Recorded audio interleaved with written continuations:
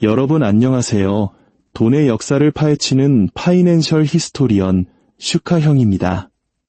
혹시 그런 거 해보셨나요?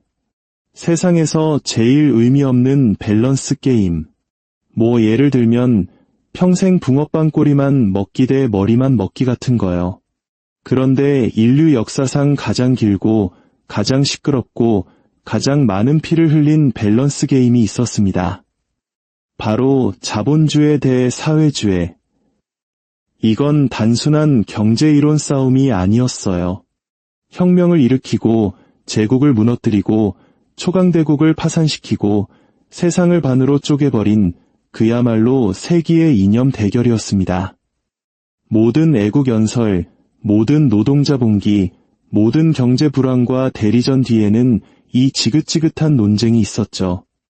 이 논쟁이 바로 지금 우리가 사는 세상을 만들었습니다. 자, 그런데 오늘 영상에서는 이념 유튜버들이 절대 말해주지 않는 진실을 까발려 볼까 합니다. 그건 바로 교과서에 나온 그대로 작동한 시스템은 단 하나도, 단 한 번도 이 지구상 어디에도 없었다는 사실입니다. 전쟁, 기근, 인플레이션, 붕괴 같은 거대한 압력이 닥치자 두 시스템 모두 처참한 민낯을 드러냈거든요. 이 복잡한 돈의 세계를 헤쳐나갈 지혜, 그 부의 흐름을 꿰뚫어보는 통찰력을 얻고 싶으시다면 지금 바로 구독 버튼 눌러주세요. 여러분의 경제지능에 대한 최고의 투자가 될 겁니다. 이야기는 자본주의나 사회주의라는 단어가 태어나기도 훨씬 전으로 거슬러 올라갑니다. 인류 역사의 대부분 동안 경제는 사실 경제라고 부를 것도 없었어요. 그냥 생존 그 자체였죠. 왕은 신으로부터 권력을 받았다고 주장했고 지주가 거의 모든 땅을 소유했습니다. 우리 조상들, 그 농민들은 굶어 죽지 않을 만큼만 겨우 생산했죠. 발전 속도는 빙하보다 느렸습니다. 수천 년 동안 인류의 삶은 제로섬 게임이었어요. 누군가 올라서면 반드시 누군가는 떨어져야 했습니다. 부는 땅과 노동력, 그리고 전쟁에서 나왔죠. 생산성은 거의 늘지 않았습니다. 평범한 사람이 무역이나 혁신으로 부자가 될 수 있다는 생각은 그 시절엔 정신 나간 소리 취급을 받았을 겁니다. 마치 조선시대에 상놈이 양반 되겠다는 소리처럼요. 그러다 산업혁명이 이 모든 판을 뒤집어 엎었습니다. 18세기 후반의 영국은 석탄, 철, 자본, 그리고 들끓는 야망이 담긴 압력솥 같았죠. 기계가 근육을 대체하고 공장이 작업장을 밀어냈습니다. 그리고 새로운 종류의 힘, 바로 사적 자본의 힘이 등장했습니다. 역사상 처음으로 개인이 과거에는 왕에게만 허락되었던 규모로 투자하고 위험을 감수하고 소유할 수 있게 된 겁니다. 생산성은 폭발했습니다. 어떤 이들의 임금은 올랐지만 다른 이들의 비참함은 더 깊어졌죠. 불평등은 인류가 한 번도 경험하지 못한 속도로 벌어졌습니다. 이게 바로 우리가 말하는 수저 계급론의 원조 버전이라고 할 수 있겠죠. 도시는 매연으로 질식했고 아이들은 12시간씩 일했으며 슬럼가에는 질병이 창궐했습니다. 하지만 이 모든 추악함에도 불구하고 한 가지 사실만은 부정할 수 없었습니다. 자본주의는 인류 역사상 그 어떤 시스템보다 더 많은 상품, 더 많은 부, 더 빠른 속도를 만들어냈다는 것. 바로 이 순간 사회주의가 태어났습니다. 유토피아적인 꿈이 아니라 산업 자본주의의 잔혹성에 대한 필사적인 반응으로서 말이죠. 1800년대 중반 카를 마르크스와 프리드리히 엥겔스 같은 사상가들은 공장의 굴뚝, 노동자들의 폭동, 땀과 피로 얼룩진 공장 바닥을 보며 시스템 자체가 범죄라고 결론 내렸습니다. 그들은 자본가의 부를 도둑맞은 노동력, 즉 기회라는 이름으로 포장된 착취라고 봤습니다. 그들은 주장했습니다. 만약 노동자들이 공장을 공동으로 소유하고 이윤을 함께 나누고 생산이 사적인 이익이 아닌 인간의 필요를 위해 이루어진다면 사회는 마침내 공정해질 것이라고요. 더 이상의 착취도 호황과 불황의 반복도 없이 오직 합리적인 계획과 동등한 존엄성만이 남을 거라고 말입니다. 아주 깔끔하고 우아하고 도덕적으로 들렸죠. 그리고 초기 자본주의의 톱니바퀴 아래서 신음하던 수백만 명의 사람들에게 이 말은 정의처럼 들렸습니다. 하지만 이론은 이론일 뿐, 현실은 전혀 다른 이야기였습니다. 세계가 처음으로 국가적 규모의 사회주의를 시도한 곳은 교실이 아니라 멸망한 제국의 잿더미 위였습니다. 1917년 러시아 혁명 이후 레닌은 굶주리고 문맹이며 낙후된 나라를 물려받았습니다. 황제는 죽었고 구 지배계층은 도망치거나 처형당했죠. 갑자기 1억 5천만 명의 인구를 가진 거대한 영토에 새로운 운영체제가 필요해졌습니다. 그래서 소비에트는 새로운 시스템을 구축했습니다. 토지, 공장, 은행, 자원의 국가 소유, 가격은 관료들이 정했고 생산 목표가 이윤 동기를 대체했습니다.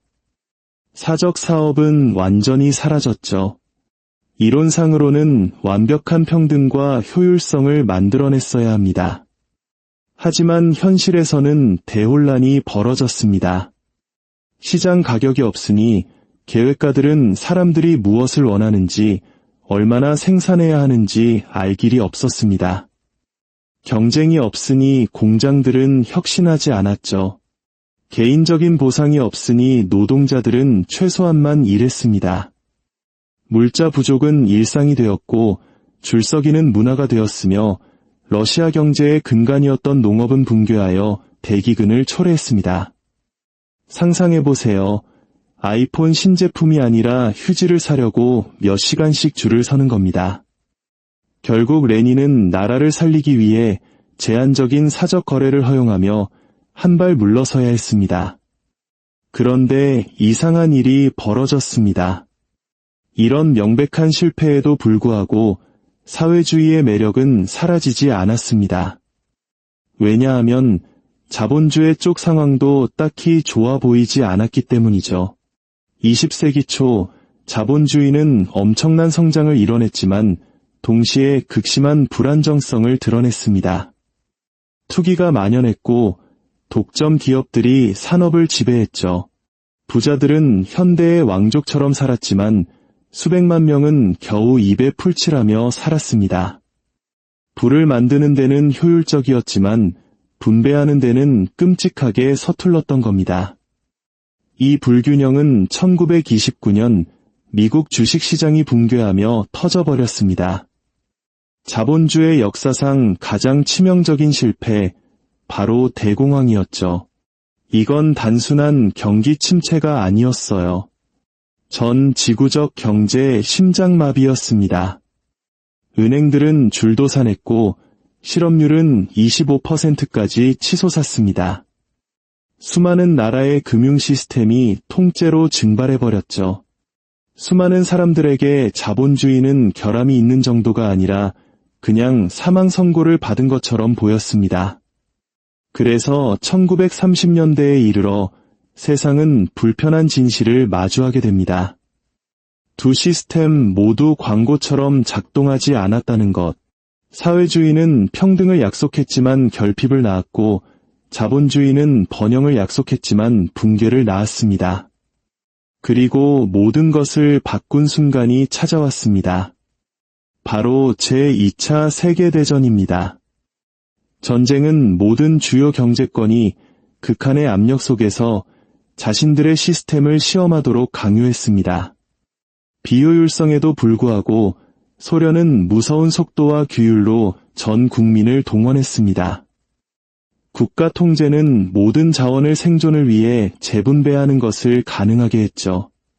한편 미국과 같은 자본주의 국가들은 산업의 슈퍼머신으로 변모했습니다. 국가적 조율이 뒷받침될 때 사적 혁신이 얼마나 강력할 수 있는지를 증명해 보인 겁니다. 전쟁이 끝났을 때 점수판은 더 이상 이념이 아니었습니다. GDP, 인프라, 성장률, 그리고 생활 수준이었죠.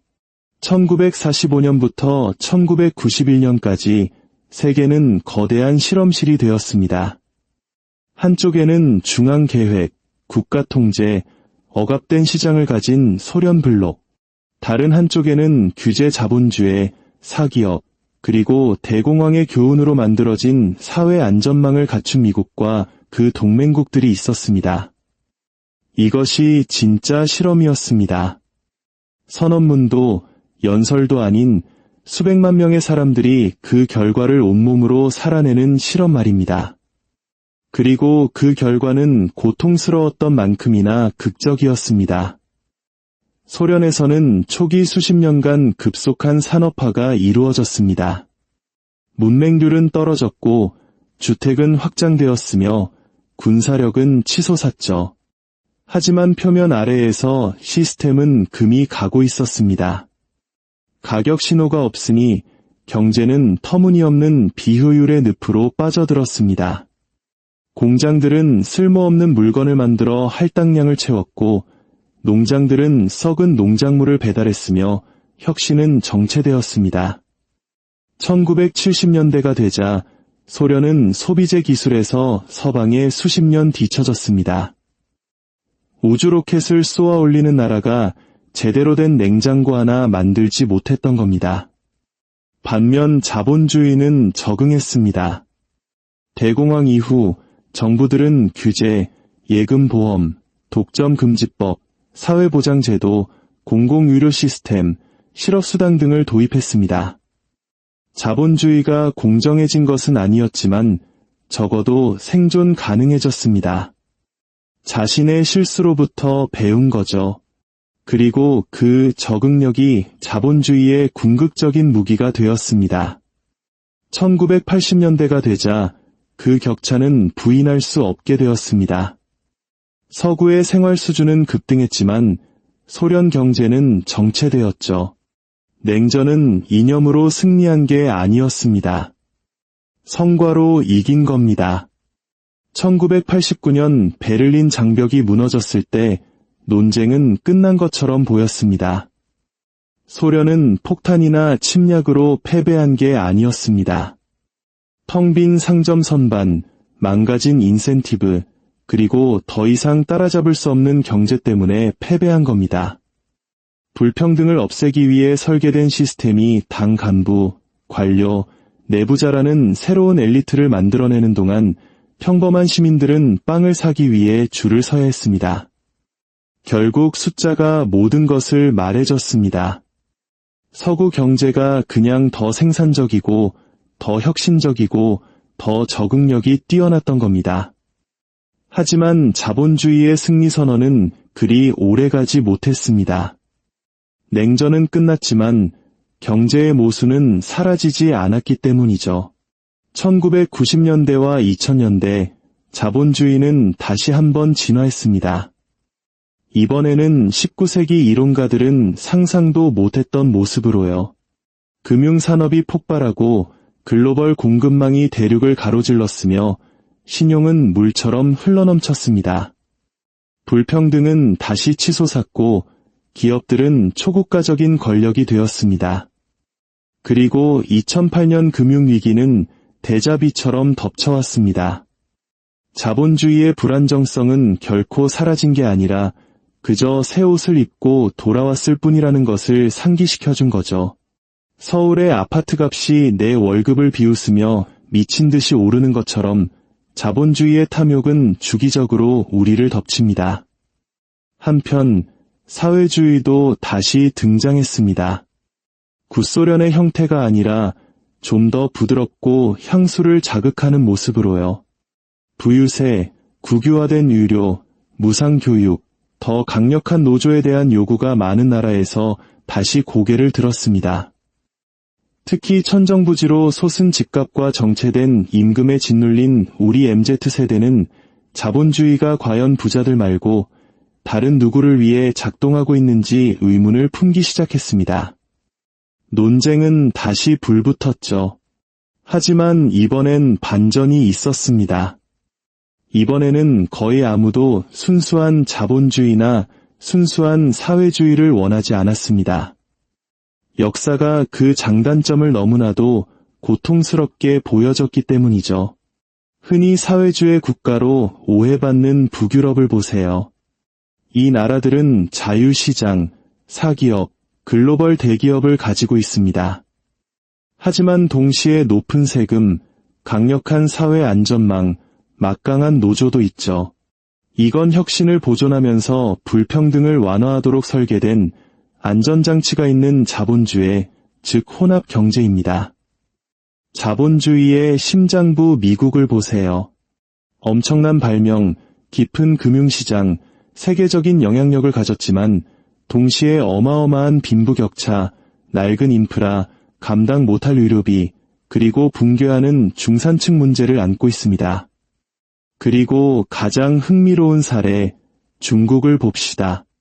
세계 최대의 권위주의적 자본주의 경제. 베이징은 이걸 중국 특색 사회주의라고 부르지만 실상은 국가주도 자본주의에 가깝습니다. 민간 기업이 성장을 이끌되 정부가 전략적 부문을 통제하고 시장은 국가의 우선순위에 부합할 때만 번성하도록 허용되죠. 하지만 중국조차도 부채주도 성장, 부동산 거품, 인구 감소라는 똑같은 모순에 직면해 있습니다. 한 걸음 물러서서 보면 진실은 민망할 정도로 단순합니다. 오늘날 모든 주요 경제는 하이브리드라는 겁니다. 시장과 국가 권력의 혼합, 인센티브와 보호의 혼합, 자유와 통제의 혼합, 이념이 실패해서가 아니라 현실이 타협을 강요했기 때문입니다. 야망, 탐욕, 두려움, 게으름, 창의성 같은 진짜 인간의 행동과 시스템이 만났을 때 어떤 이론도 깨끗하게 유지될 수 없었던 거죠. 이것이 바로 불편한 교훈입니다. 경제 시스템이 사람을 만드는 것보다 사람이 경제 시스템을 만드는 영향이 훨씬 더 크다는 것. 인간의 본성은 사회주의나 자본주의 아래서 사라지지 않습니다.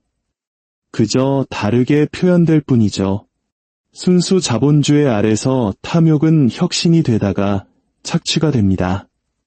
순수 사회주의 아래서 평등은 단결이 되다가 억압이 됩니다. 시장에서는 부를 통해 권력이 집중되고 계획 경제에서는 정치를 통해 권력이 집중됩니다. 시스템은 달라도 인간의 경향은 같고 선전은 달라도 결함은 같습니다. 진짜 질문은 어떤 시스템이 더 나은가? 가 아닙니다. 진짜 질문은 어떤 시스템이 권력을 견제하고 실수를 바로잡고 유용한 행동에 보상하는 최고의 메커니즘을 가지고 있는가? 입니다. 그리고 역사의 대답은 명확합니다. 적응하는 시스템이 승리한다. 자본주의는 자유방임주의에서 뉴딜 정책으로 세계화된 금융으로 그리고 테크 자본주의로 스스로를 재창조했기 때문에 살아남았습니다. 사회주의는 진화를 거부한 곳, 즉 소련, 마오주의 중국, 북한에서 붕괴했습니다. 하지만 시장과 결합한 곳, 즉 북유럽, 1978년 이후의 중국, 서유럽 일부에서는 번성했습니다.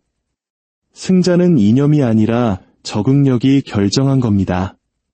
자본주의는 인센티브를 우선시합니다. 잘 작동할 때 창의성, 위험 감수, 생산성을 폭발시키죠. 하지만 그 대가는 불평등과 불안정성입니다.